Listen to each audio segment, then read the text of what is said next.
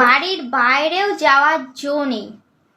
তুমি যদি একটু সেজে গুজে ভালো ড্রেস পরে তুমি গেছো তো ব্যাস, মানে তুমি তোমার বাড়ি থেকে 1 পা থেকে 4 পা পর্যন্ত তুমি যাবে, তোমাকে শুধু জিজ্ঞাসা করবে কোথায় যাচ্ছিস, কিরে কোথায় যাচ্ছিস, তুমি বললে হ্যাঁ আমি এখানে যাচ্ছি।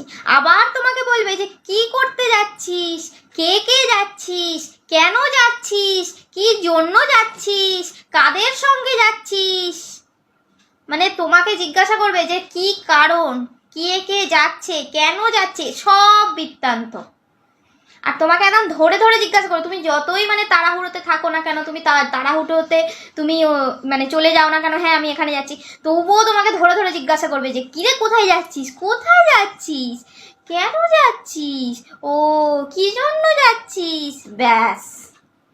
উফ, এই সব চক্করে না মানে বাড়ি থেকে বেরানো একটা দায় হয়ে গেছে।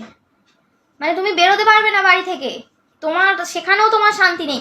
এমনিতে তো সংসারে শান্তি নেই, এমনিতেও তো মানে ঘরে কোনো মানে শান্তি নেই। তুমি বাইরে যে একটু যাবে, যে কি জন্য যাবে, বা আমার ভালো লাগছে না আমি একটু বাইরে থেকে ঘুরে আসি, সেখানেও তোমাকে অশান্তিতে পড়তে হবে, সেখানেও তোমাকে বলে বলে যেতে হবে যে কোথায় যাচ্ছিস, কোথায় যাচ্ছিস, কেন, মানে 1001 প্রশ্ন।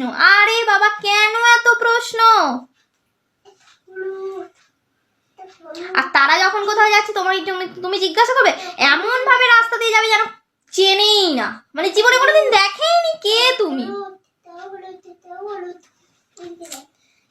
কি সব পাবলিকের পাল্লায় যে পড়ি না কি জানি বাবা। আমি তো পড়ি, তোমরা কি পড়ো?